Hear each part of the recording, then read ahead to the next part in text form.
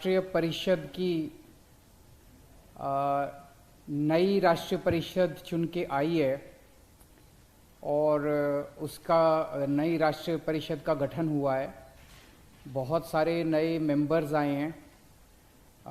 उन सभी नए मेंबर्स का मैं तहे दिल से स्वागत करता हूं आज की मीटिंग में और उम्मीद करता हूं कि आपका ये कार्यकाल बेहद सफल रहेगा।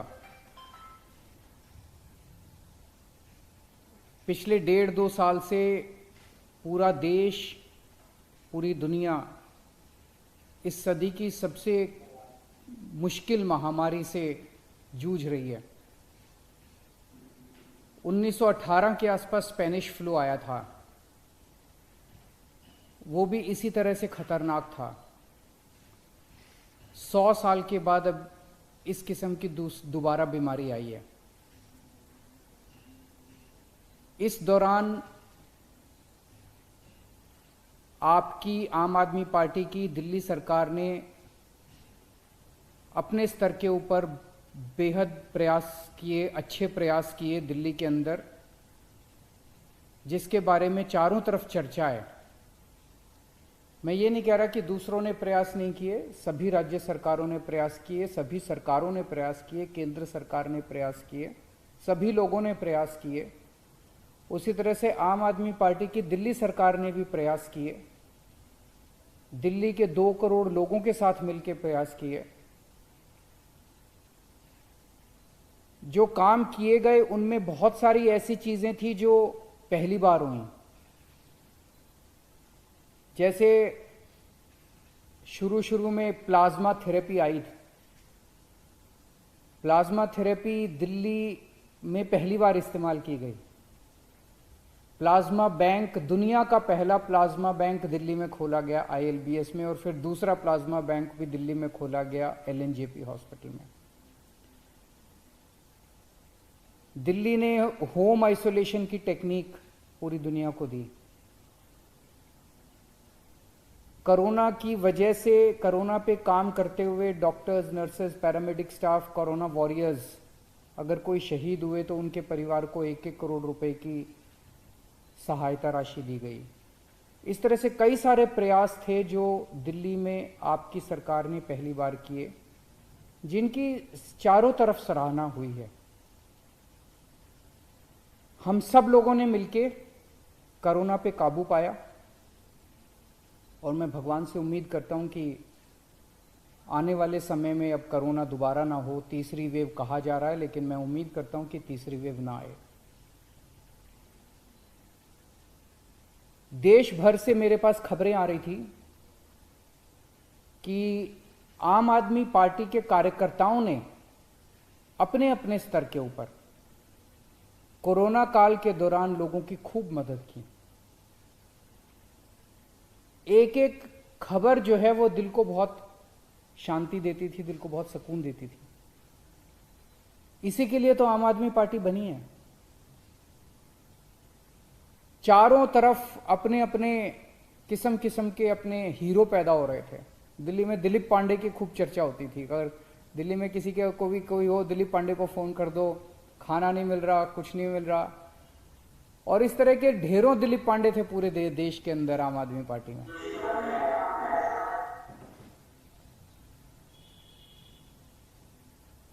बॉम्बे से कई सारी कहानियां सुनने को मिली जहां हमारे कार्यकर्ताओं ने लोगों की मदद की। पूरे, मैं अगर एक एक शहर का और एक एक राज्य का नाम लेने लगूंगा तो काफी टाइम लग जाएगा, लेकिन आप सब लोगों ने कोरोना काल के दौरान बहुत अच्छा काम किया, बहुत सराहनीय काम किया, बहुत पुण्य का काम किया, देश सेवा का काम किया, समाज के लिए काम किया। इसके लिए मैं आपको कोटि कोटि नमन करता हूं और आप लोगों को सबको बधाई देता हूं। मेरी पंकज जी से गुजारिश है कि एक ऐसा करते हैं कि पूरे देश भर से कोरोना काल के दौरान हमारे पार्टी के कार्यकर्ताओं ने जो भी काम किए, छोटे बड़े, इसका एक कंपाइलेशन कर लेते हैं।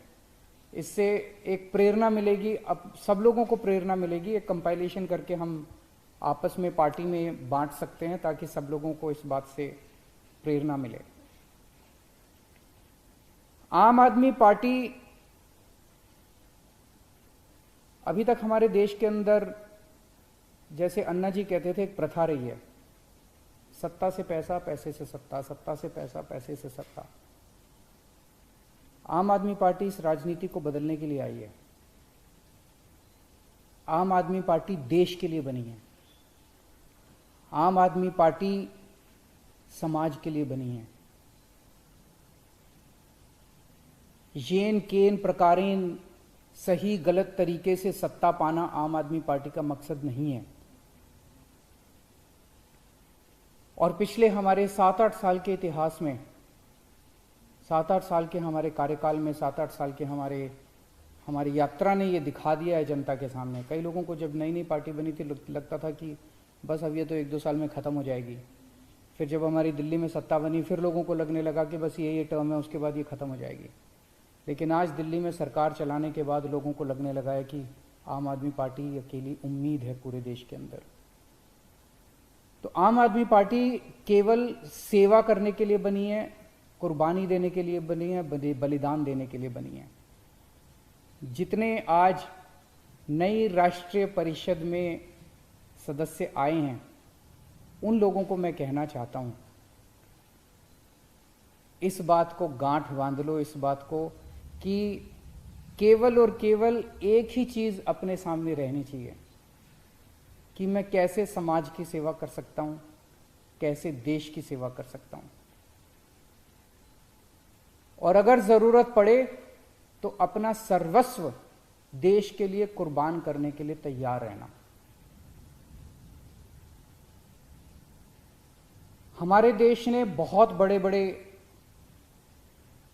इतिहास में बहुत बड़े बड़े हमारे नेता हुए, हमारे आइडियल्स हैं, बहुत सारे स्वतंत्रता सेनानी हैं जिनकी तरफ हम बड़े मान सम्मान से देखते हैं। लेकिन मैं खासकर शहीद आजम भगत सिंह और बाबा साहब अंबेडकर का नाम लेना चाहूंगा।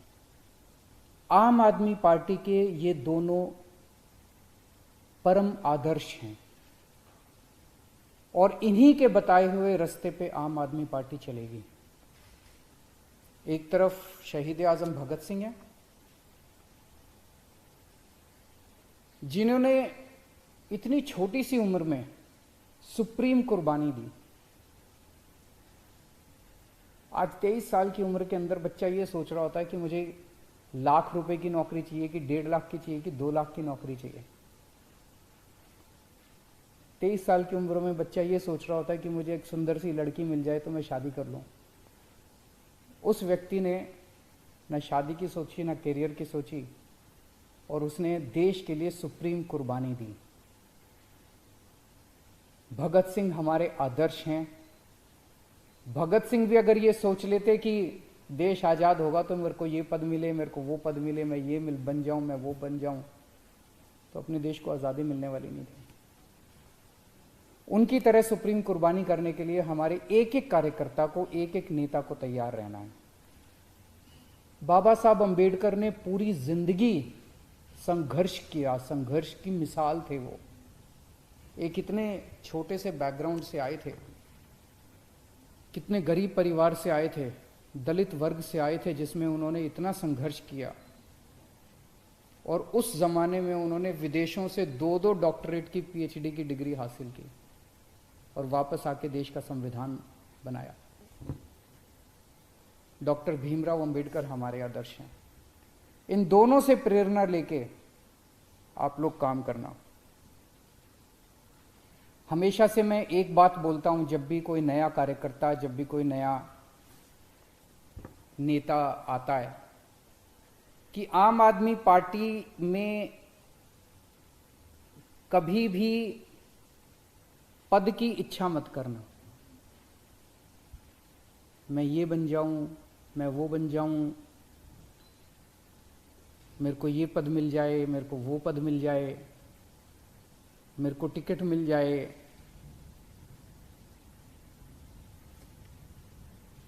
हमें खूब जम के काम करना है समाज के लिए, हमें खूब जम के काम करना है देश के लिए।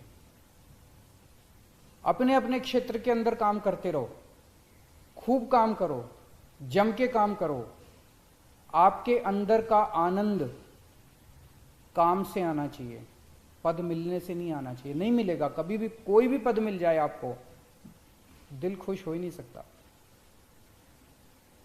अगर, और आपका काम ऐसा होना चाहिए कि पार्टी आपके पास आके कहे भाई साहब ये पद ले लो, आपको पद मांगने की जरूरत ना पड़े।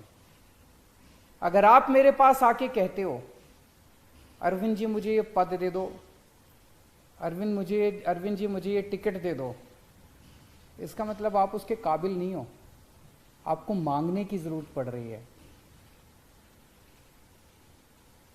ऐसा काम करो कि अरविंद जी आपके पास आके कहेंगे भाई साहब मैंने आपका काम देखा है, आपका काम सुना है, आप ये पद ले लीजिए, आप ये जिम्मेदारी ले लीजिए, आप यहां की टिकट लेके चुनाव लड़िए। ये बड़ी बात होगी। और ऐसे हैं बहुत सारे लोग जिनको मैं खुद जाके बोलता हूं कि आप ये पद ले लीजिए, आप ये टिकट ले लीजिए यहां से। अगर आपके मन में कोई स्वार्थ इच्छा जाग जाती है पद की, तो इसका मतलब मन में कुछ स्वार्थ जाग गया। और जब किसी के मन में स्वार्थ जाग जाता है तो फिर उससे सेवा नहीं होती, फिर वो सेवा करने के नाकाबिल हो जाता है। किसी के मन में स्वार्थ अगर जाग जाए तो वो 24 घंटे इसी तिगड़म में रहता है कि मैं ऐसे कर लूँ, मेरे को अब ये पद चाहिए, मैं ऐसे करूँ, मैं ऐसे करूँ, मेरे को अब ये टिकट चाहिए, मैं इसको नीचा दिखा दूँ, मैं ये षड्यंत्र करूँ, मैं ये झूठ बोल दूँ। फिर वो इसी तिगड़म में रहता है 24 घंटे, फिर वो सेवा नहीं कर सकता, सेवा करने के नाकाबिल हो जाता है वो। इसलिए बहुत जरूरी है कि ये पद की लालसा और पद की इच्छा हमें छोड़नी पड़ेगी, नहीं तो हम जिस मकसद से आम आदमी पार्टी बनाई, मैं नहीं चाहता कोई ऐसा समय आए जिस दिन आम आदमी पार्टी की तरफ लोग देख के कहें अरे ये तो बीजेपी जैसी हो गई, अरे ये तो कांग्रेस जैसी हो गई, अरे तो दूसरी पार्टी जैसी हो गई। कोई फायदा नहीं है, हम इसलिए तो नहीं आए थे, इसलिए तो आम आदमी पार्टी नहीं बनाई हम लोगों ने। अगर आपके मन में किसी भी वक्त मन टटोल के देखते हैं और पद की इच्छा जाग गई, तो उसका एक तरीका है उसको कंट्रोल करने का। अगर आप दिन में 8 घंटे काम कर रहे हैं, 10 घंटे काम करना शुरू कर दो, 12 घंटे काम करना शुरू कर दो, 14 घंटे काम करना शुरू कर दो। खूब सेवा करो, जितनी सेवा करोगे, जितना तप करोगे, जितनी तपस्या करोगे, उतना अहम पिघलता जाएगा और उतनी ये इच्छा जो है ये पिघलती जाएगी। लेकिन ये जो पद की इच्छा रहती है, इसको हमें त्यागना पड़ेगा। हम देखते हैं दूसरी पार्टियों में क्या हाल है, एक एक पद के लिए, एक एक टिकट के लिए 10-10 लोगों में मार भिड़े पड़े हैं, एक दूसरे से लड़ रहे हैं, एक दूसरे से लोग षड्यंत्र रचे जा रहे हैं, टूट रही हैं पार्टियां। क्या हम चाहते हैं कि हमारी पार्टी के साथ कभी भी ऐसा हो? अगर ऐसा होता है तो एक इतनी बड़ी उम्मीद और इतनी बड़ी आशा खत्म हो जाएगी। गीता में एक श्लोक है जिसका भाव है कि समाज का जो नेता होता है उसकी तरफ सारा समाज देखता है, उसका आचरण जो है वो बहुत जरूरी होता है उस नेता का। अगर उस नेता का आचरण भ्रष्ट हो जाए तो उसका समाज पे बहुत बुरा असर पड़ता है।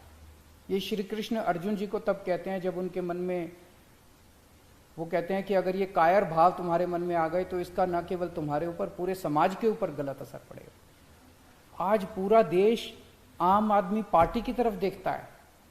ईमानदार राजनीति की बात होती है तो आम आदमी पार्टी की तरफ देखते हैं। पूरे देश में शिक्षा की बात होती है तो मनीष सिसोदिया जी की तरफ देखते हैं। अगर हमें स्वास्थ्य की बात करते हैं तो मोहल्ला क्लिनिक की चर्चा होती है चारों तरफ देश के अंदर। आज आम आदमी पार्टी कई नए आदर्श तैयार कर रही है, तो इसीलिए कभी भी गलत रास्ते पे मत चल पड़ना, पद की प्रतिष्ठा की इच्छा मत करना। जैसे सेवा कर रहे हो ऐसे सेवा करते रहना और खूब सेवा करना। और मैं उम्मीद करता हूं कि जिस मकसद से हम सब लोगों ने मिलकर आम आदमी पार्टी बनाई है वो मकसद हमारा ज़रूर पूरा होगा। आज राष्ट्रीय परिषद में जितने नए सदस्य आए हैं उन सबको मैं दिल से बहुत बहुत शुभकामनाएं देता हूं। नमस्कार।